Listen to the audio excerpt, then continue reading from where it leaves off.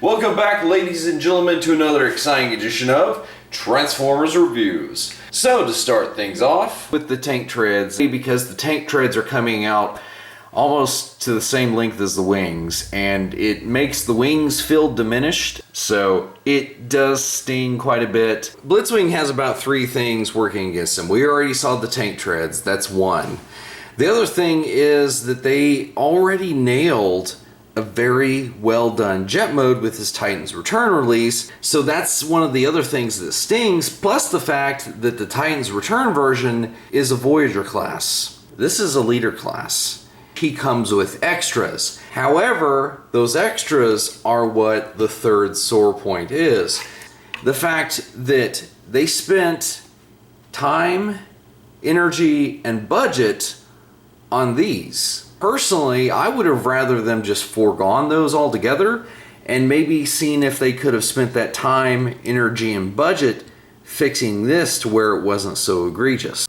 So before we go ahead and dive into his tank mode, I wanted to bring out the point because it allows him to have the superior jet mode. This allows him to have the superior tank mode. And so you can actually have very good, very accurate representations of that character's alt modes, even if it's not wrapped up in the same figure.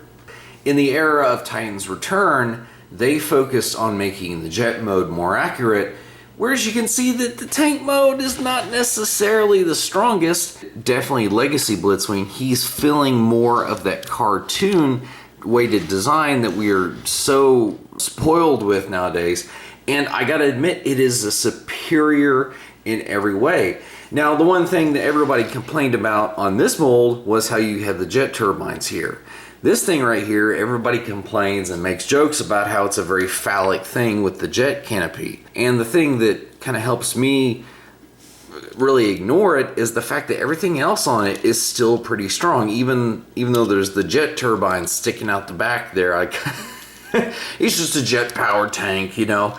Now, one thing that I was a little bit sad about, which I understand we're not leaning in that direction like we were in the last trilogy, is that you can't really use blast effects for either his main cannon or his jet boosters, which I understand that.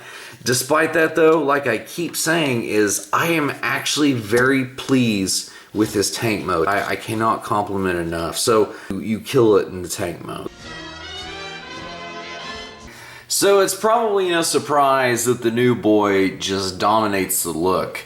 Because as much as I have a fondness for Titan's Blitzwing, obviously his arms were never quite accurate, whereas you can see in comparison with the new guy is totally killing it.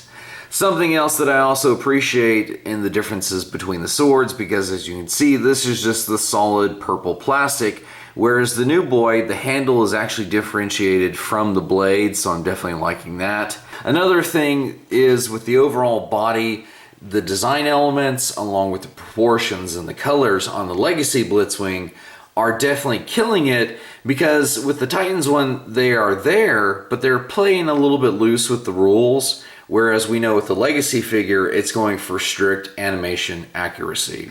I actually like the fact that he has a dual set of blasters. That's kind of cool. And the fact that they are compatible with the blast effects, I love that. That looks awesome. In jet mode, I believe the additional Hulk hands as rocket boosters look really bad. In tank mode, however, I think that they actually look pretty good as a pair of missile pods, as a pair of essentially giant fists. And I mean, oh my god, it looks ridiculous. So he's got like these weird 6-fingered hands. I will go up to the 6-fingered man and say, "Hello, my name is Inigo Montoya. You killed my father. Prepare to die."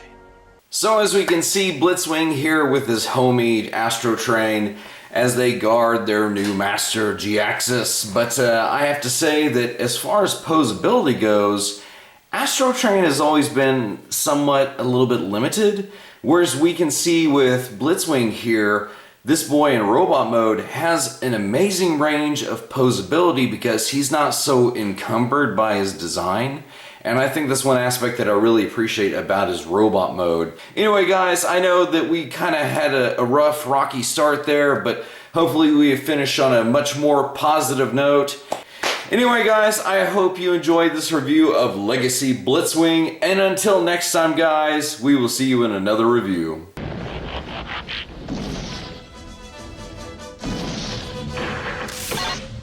5 points, at least.